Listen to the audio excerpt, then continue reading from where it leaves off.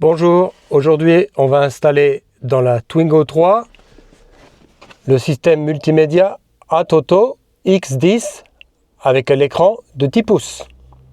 Il va donc remplacer l'autoradio d'origine qui est de 1 DIN, alors que l'ATOTO X10 fait 2 DIN. On va donc devoir faire une adaptation.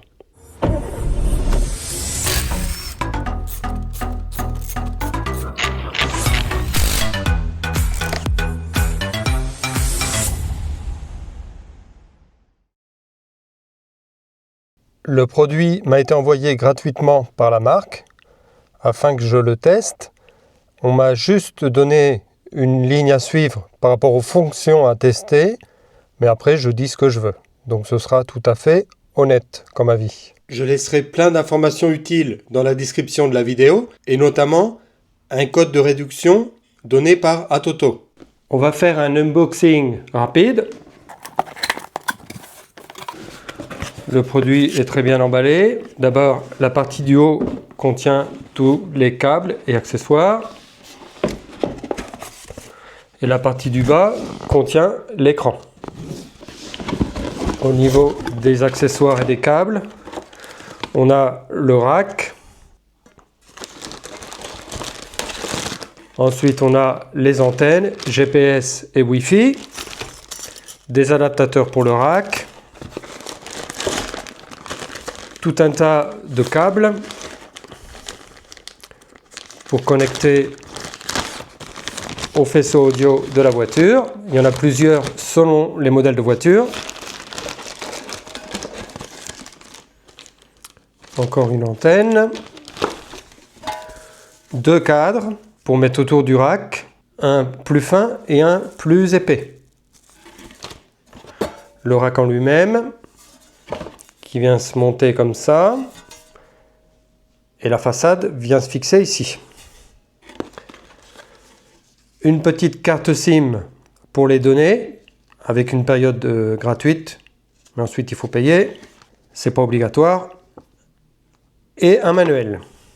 J'ai également commandé à part des câbles pour adapter à la Twingo de façon à pouvoir garder les commandes au volant. Donc il y a ce boîtier adaptateur avec des câbles. Ce câble également était fourni avec. Je mettrai les références dans la description de la vidéo. Et ça, c'est un adaptateur pour le câble d'antenne radio avec ce qu'on appelle une alimentation fantôme.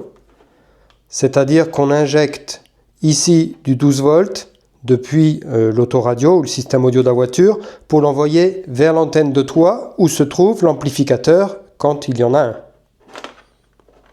Ça s'appelle une alimentation fantôme parce que ça passe par le câble d'antenne. On va donc voir tout ça dans la voiture. On va tout d'abord voir comment retirer le cache de la console. On va avoir besoin d'un outil en plastique et d'une clé Torx de 20. On va devoir retirer tout d'abord cette partie parce qu'il y a 2 vis en dessous. Pour travailler plus commodément, on peut retirer le boîtier de rangement. Ensuite, avec l'outil en plastique, on vient retirer la partie extérieure. Simplement en tirant.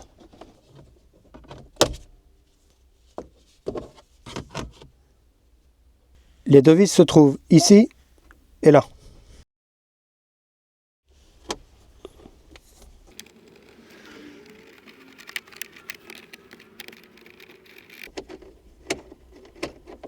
Ensuite, pour la partie du volant, on va devoir retirer la pièce de haut ici. On sépare les 2 parties en plastique et on va venir mettre l'outil en plastique pour faire levier.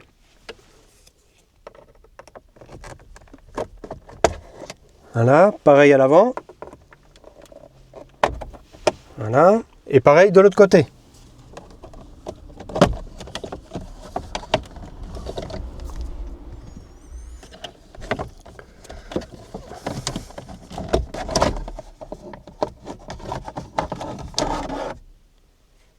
Ensuite, on va venir déclipser la partie en simili-cuir qui sert de protection ici.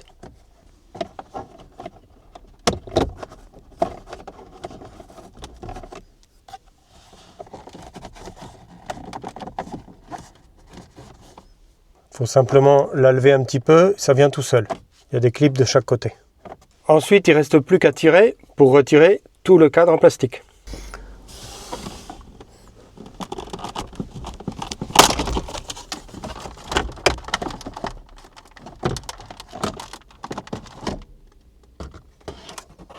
C'est un peu brutal, mais c'est sorti. En fait, c'est maintenu par des clips comme ça tout autour. C'est pour ça qu'il faut forcer. On peut donc maintenant retirer l'autoradio d'origine, 4 vis. Et c'est également du Torx 20.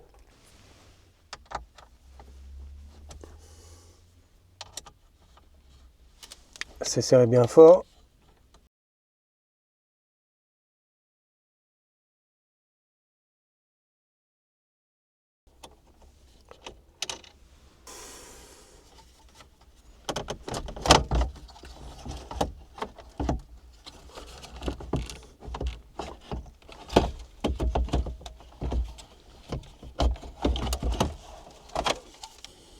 On peut débrancher l'antenne. Il faut appuyer sur le petit clip là. Un petit poussoir. Pareil pour les connecteurs.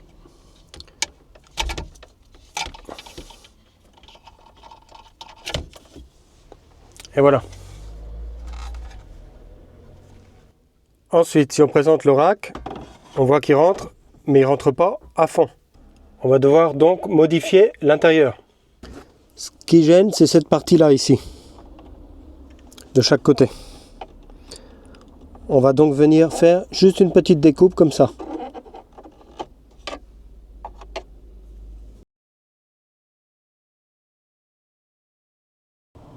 Je vais donc utiliser une pince coupante pour enlever ce plastique-là.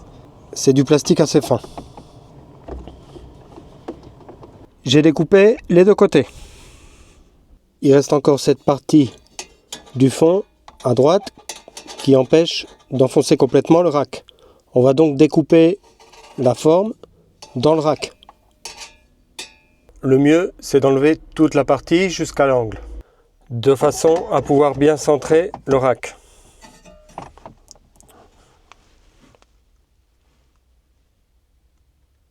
On va maintenant monter les ailettes pour pouvoir l'adapter de chaque côté, comme ça. Une fois les équerres en place, le plus possible vers l'intérieur, on voit qu'il reste encore un jour d'à peu près 3-4 mm de chaque côté. Donc ce qu'on va faire, c'est agrandir un petit peu les trous ici vers l'extérieur. Ce que j'ai fait, c'est que j'ai carrément ouvert les rainures. De toute façon, on a la vis qui a une large tête. La vis viendra prendre comme ça, donc il n'y a aucun problème. J'ai donc fixé les deux équerres comme ça. Pour les vis du bas, j'ai encore fait une petite découpe comme ça en diagonale pour pouvoir ajuster la hauteur correctement. J'ai pris la référence de la vis centrale du rack pour m'aligner bien au centre avec cette partie-là. Voilà, donc ça donne ça avec les 4 vis de mise. C'est bien centré et ça tient. Pas de problème. Il restera plus que peut-être à ajuster la profondeur. On verra. On va maintenant essayer avec le cache en plastique de la console pour voir où est-ce qu'on doit faire exactement les découpes. En centrant bien, on voit qu'on doit faire la découpe ici. Je vais donc faire une marque et découper. Voilà ce que ça donne une fois découpé. On voit que ça vient bien à ras de chaque côté. Impeccable. Tout est bien centré. Et on viendra ensuite mettre le cache comme ça autour. Ça cachera un peu les parties où il reste des jours. J'ai ressorti les câbles de derrière et on peut maintenant remettre le cache en plastique.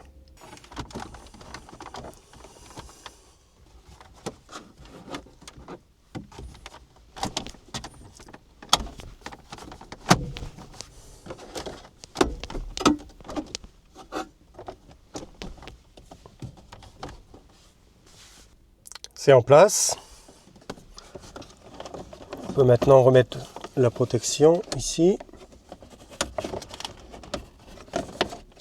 Ensuite, on remet le cache supérieur.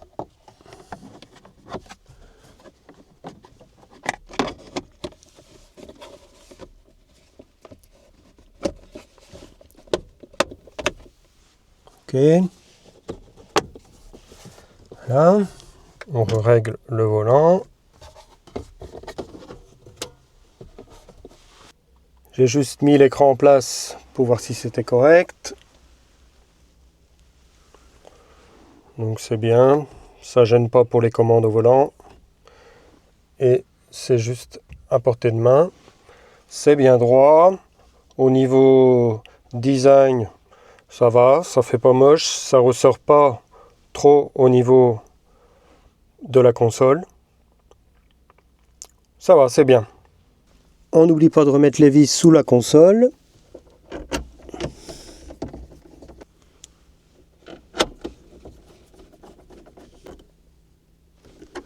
Pas la peine de serrer comme une brute. Et on remet le cache.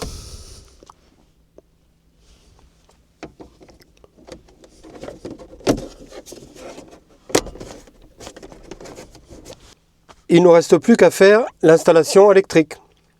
On va procéder au câblage sur une table, c'est beaucoup plus simple que dans la voiture sur les fauteuils. On va commencer par le branchement du petit boîtier qui nous permettra de conserver les commandes au volant. Alors il y a beaucoup de câbles, ça paraît compliqué, mais en fait on ne va pas tout utiliser, donc il faut juste comprendre ce qu'on doit utiliser et après on peut brancher. Déjà, pour l'adaptateur, c'est le câble qui était fourni avec. Donc ça, il n'y a pas de problème. C'est facile, ça se connecte ici. De toute façon, sur toute l'installation, à aucun moment on pourra brancher un câble là où il ne va pas. Parce qu'il y a toujours un nombre de connexions spécifique pour tous les connecteurs. Aucun connecteur ne peut aller dans un autre endroit. Donc ça, c'est le premier branchement. Ensuite, de l'autre côté, ces deux câbles blancs vont aller au véhicule. Donc ça, ce sera dans la voiture. Ce sont les deux câbles qui allaient à l'autoradio d'origine. Pour relier à l'Atoto X10, on a le choix de plusieurs câbles. Un câble qu'on va pouvoir customiser. Donc ça, déjà, c'est pas pour nous.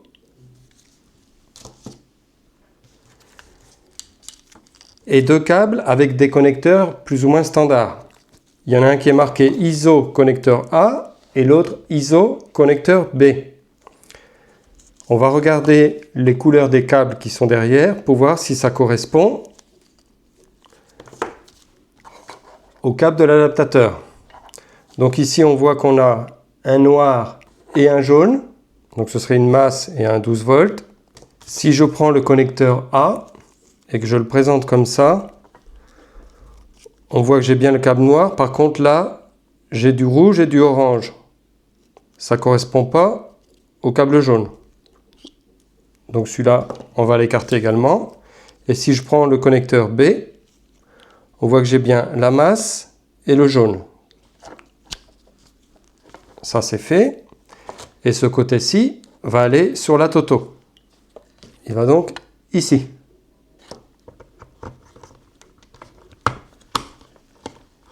Ensuite, avec l'adaptateur, pour les commandes au volant, il y avait ce petit câble, ce kit de câbles plutôt. Dedans, il y a un connecteur, un petit connecteur comme ça, de 4 pins, qui va aller ici sur l'adaptateur. Avec ce kit de câbles, il y a une notice sur laquelle il nous présente le kit. Et ensuite, on a des exemples pour toutes les marques d'autoradio. Alpine, Clarion, Pioneer, Digital Dynamic Zenek, je ne connais pas, Kenwood. Et sur la première page, on a une partie qui s'appelle China. Donc c'est ce qu'on va utiliser pour l'autoradio Atoto. C'est-à-dire que dans cette configuration, on va pas utiliser le jack, mais on va faire nous-mêmes notre câble. On a déjà les pins qui sont pré-câblés pour rentrer dans le connecteur. Et on va donc faire nous-mêmes le câble. On voit qu'il y a 3 câbles. Ground, la masse, K2, K1. Et ça, c'est non connecté. Donc on va utiliser les pins 1, 2 et 4. Le 3 n'est pas utilisé. Le plus courant pour la masse, c'est d'utiliser le câble noir. Donc c'est ce qu'on va faire. En bas, il nous indique également que le schéma, il est côté câble. C'est-à-dire qu'on va présenter le connecteur comme ça. Donc la masse, numéro 1, c'est celle-ci. En bas, à droite. Donc on le met bien jusqu'au bout. Une fois que c'est rentré, ça ne ressort plus, donc il ne faut pas se tromper. Ensuite, pour les deux câbles K1, K2, on va regarder sur le faisceau de câble qui vient de la Toto. Tout est bien étiqueté. Ça c'est caméra arrière, frein à main, ça c'est une masse. Là on a steering wheel key, ça c'est quelque chose qui nous intéresse. Dièse plus, c'est marqué, et là plus. Puissance d'antenne, amplificateur externe pour l'allumer, ça c'est une masse, caméra. Donc nous, les deux câbles qui nous intéressent, ce sont ceux-ci. Pour les deux autres câbles, j'ai ajouté ici le K2 correspond au câble K dièse plus, et le K1 correspond au câble K plus. Donc pour le deuxième câble, pour le K1, on peut prendre par exemple celui qui a un trait noir, blanc avec un trait noir, le K+, et ça c'est le numéro 4 sur le schéma, c'est-à-dire que c'est en haut à gauche.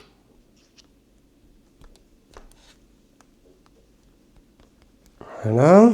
Et le câble numéro 2, donc le K dièse plus, il va aller en bas à gauche.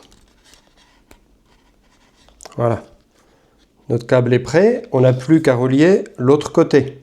Donc pour relier les câbles, moi je vais utiliser un fer à souder et un petit morceau de gaine thermo-rétractable.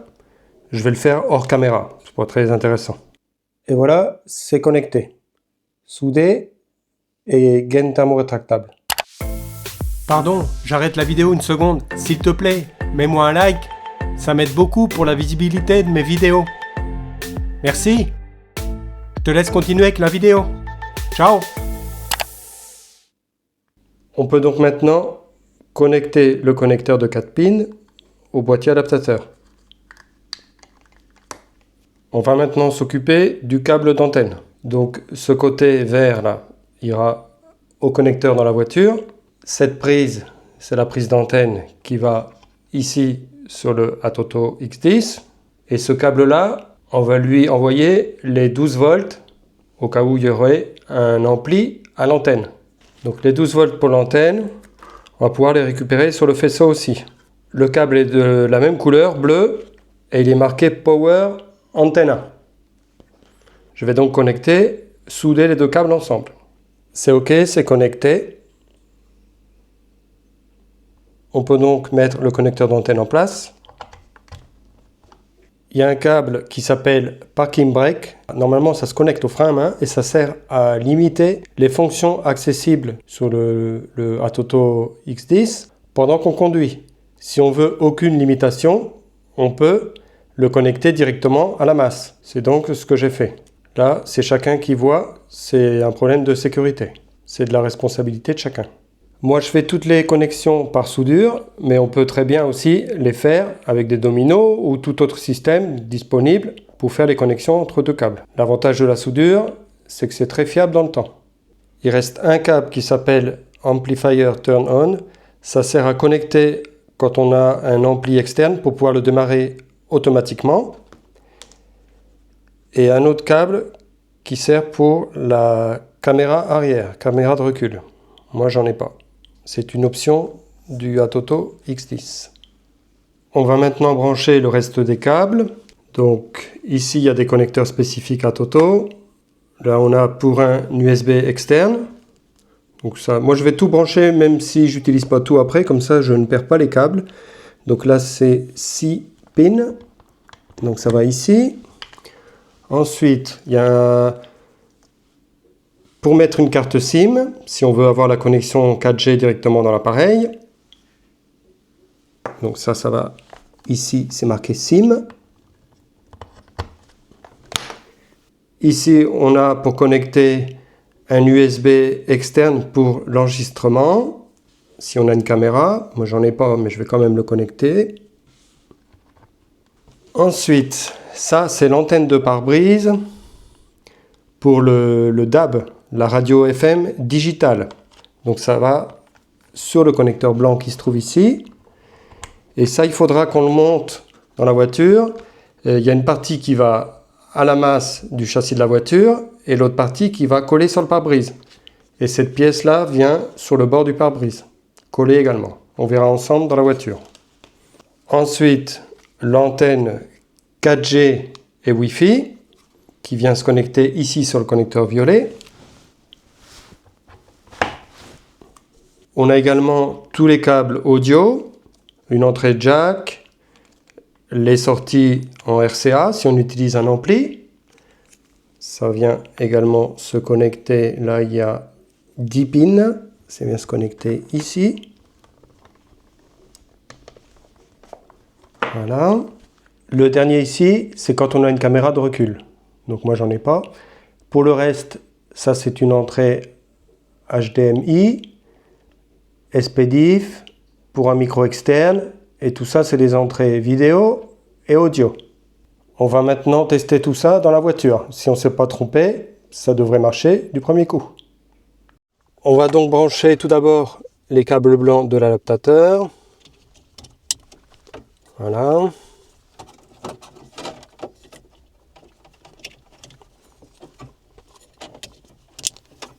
Ok. Ensuite,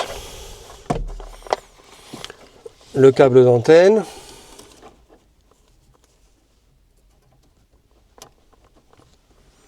L'antenne Wi-Fi, elle va pendre derrière. L'antenne 4G, je vais la laisser derrière. Si jamais ça ne marche pas bien, je la sortirai, je l'installerai à l'extérieur.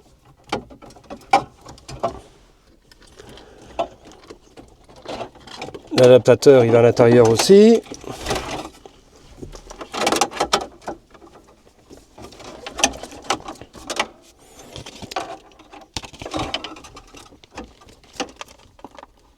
L'adaptateur de carte SIM aussi. Et l'adaptateur, je cherche USB. Ça par contre, je vais essayer de le mettre accessible depuis dehors, même si c'est depuis l'extérieur, même si c'est provisoire. Dans tous les cas, j'essaierai de copier ma musique en local. On va voir si on peut le ressortir par derrière ou quelque part. Donc j'ai pu descendre le câble USB par là à droite et il ressort sous la boîte à gants. Je ferai une installation plus tard, peut-être mettre une prise devant en dessous accessible, je verrai. Pour l'instant, on va faire le test.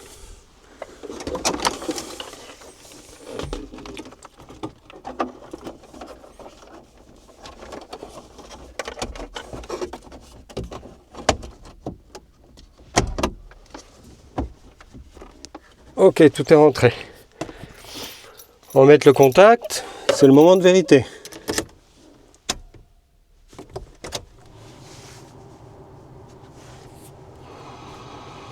Oh, ça s'allume au moins.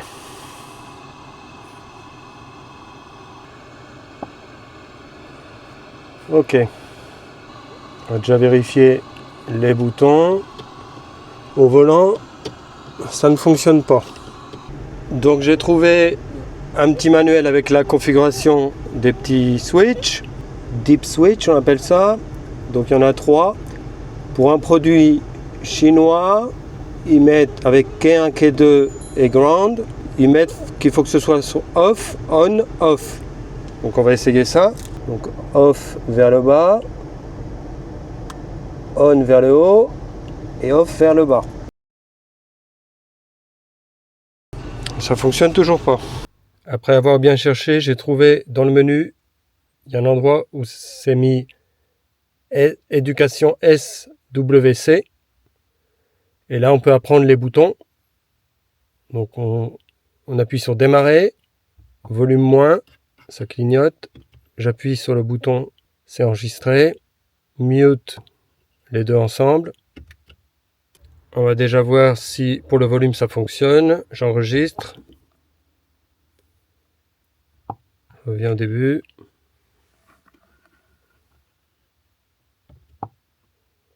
Et voilà, ça fonctionne. Là, si je mets de la musique.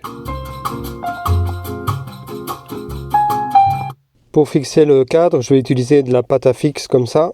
Ça devrait suffire. Voilà, avec ça, ça ne bougera pas. Pour l'installation de l'antenne de la radio digitale DAB, j'ai simplement enlevé le côté ici. Il faut juste tirer. Et le câble de l'antenne, on le fait descendre par ici. On le récupère en dessous la boîte à gants. Et on le fait remonter par là vers l'autoradio. On colle ensuite l'antenne comme ceci, sur le pare-brise, à ras ici, et la masse vient se coller sur la partie du châssis de la voiture. Une fois tout remonté, ça donne ça. Ça va, c'est discret. On va maintenant parler des différents types de connexions. On peut connecter le Atoto X10 à Internet grâce à la carte SIM, que moi je n'ai pas mise, mais qui peut être intégrée dans le petit support derrière. Une fois que ça s'est fait, l'appareil a connexion Internet et les passagers de la voiture, avec leurs différents appareils, peuvent s'y connecter. Donc pour le faire, on va dans la configuration. On a une partie accès au réseau sans fil, point d'accès, et dans point d'accès, on peut partager Internet, donner un nom de réseau, comme là, Wi-Fi Twingo, et un mot de passe, qui permet à tous les passagers de se connecter. Mais on peut également partager cette connexion Internet grâce au Bluetooth.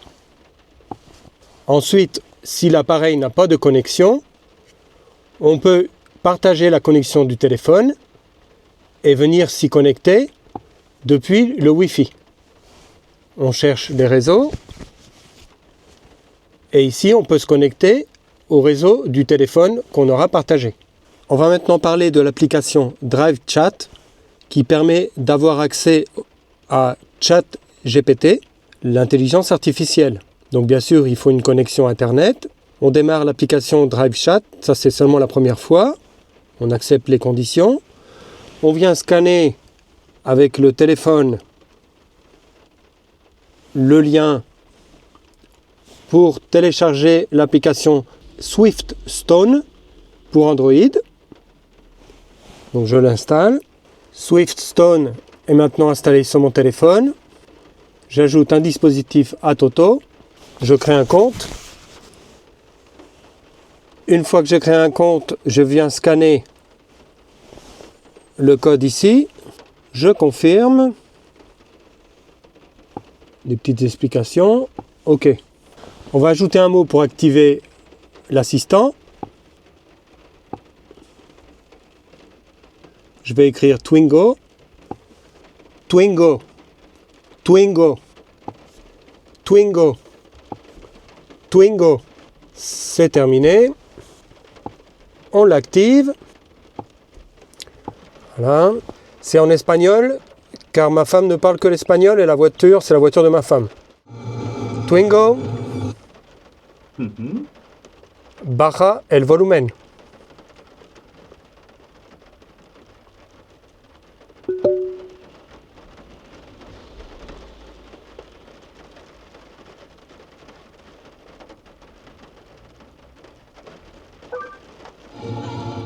On peut voir que ça fonctionne bien, mais c'est un petit peu lent quand même. Sur la page d'accueil, il y a quelque chose de très pratique. C'est le widget pour la météo. Très pratique quand on conduit, avec la prévision, la température. Ici, on a également un gros widget pour l'heure. La musique en cours, que ce soit la musique de l'USB, la radio digitale ou la radio, ça apparaîtra ici pour les contrôles. On a également une barre en bas avec les contrôles qu'on peut mettre à son goût. Et ici, l'application Maps, qui nous sert de GPS. Ensuite, on peut installer toutes les applications qu'on veut. On peut mettre par exemple YouTube, bien sûr, à ne pas regarder quand on conduit. Et ensuite, tout un tas d'applications, comme une tablette Android normale. On a également l'application Torque, qui, si elle est connectée à un petit dongle Bluetooth OBD2, peut nous donner des informations sur la voiture.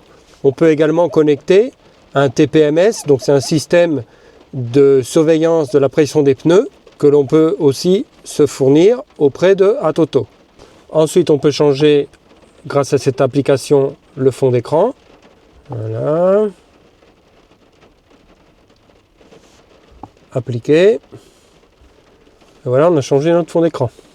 Si on a branché un dispositif sur la prise HDMI, une console de jeu ou autre, ou un lecteur, on peut, en activant l'application HDMI, voir le contenu sur l'écran. Donc là, il n'y a rien, c'est normal. On a également une application de mise à jour du système. Quand on a la connexion Internet, là, tout est déjà dans la dernière version. On a aussi une application pour regarder des vidéos, si on a des vidéos sur notre USB. Par exemple, il y a une vidéo d'exemple là. Une très belle image.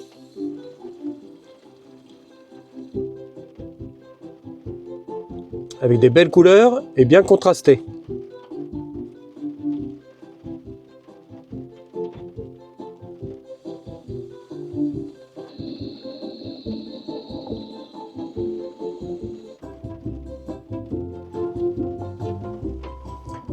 Franchement, un très bel écran. De super qualité.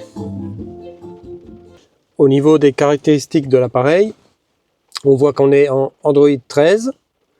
On a 8 Go de RAM, donc c'est énorme, c'est bien. Un processeur Snapdragon 6125. Et au niveau du stockage, on a 128 Go au total, dont 26 sont déjà utilisés par le système et les applications. Bien sûr, on peut avoir la musique sur un USB externe. Il y a aussi Android Auto. Donc là, j'ai désactivé le Bluetooth sur le téléphone pour simuler que j'arrive dans la voiture. Je le réactive.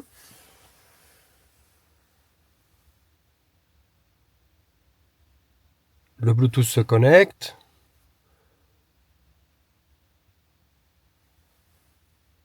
Et Android Auto démarre. C'est un Android Auto normal. On a accès à toutes les applications. On peut avoir le navigateur en grand. On peut avoir la musique en grand. Les deux, avec le navigateur plus grand. Voilà, on a accès au téléphone également. Un Android Auto normal. Un point fort de cet appareil, c'est le temps de démarrage. C'est très important parce qu'on ne veut absolument pas attendre une minute ou même 30 secondes que l'appareil se mette en route quand on part avec la voiture. Donc là, je mets le contact.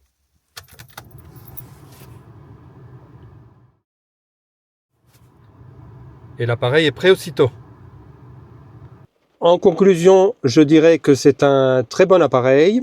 La qualité définition est bonne. La qualité de l'image est excellente. Toutes les fonctions pour le son sont très bonnes également.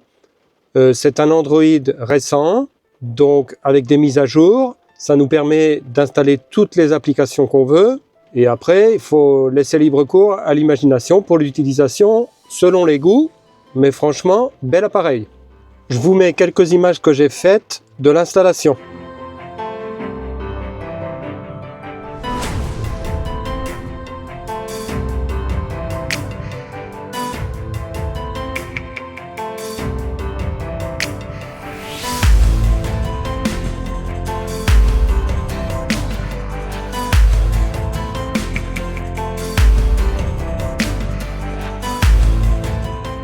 J'espère que la vidéo t'a plu et qu'elle te sera utile. S'il te plaît, laisse-moi un like et n'oublie pas de t'abonner pour ne manquer aucune vidéo.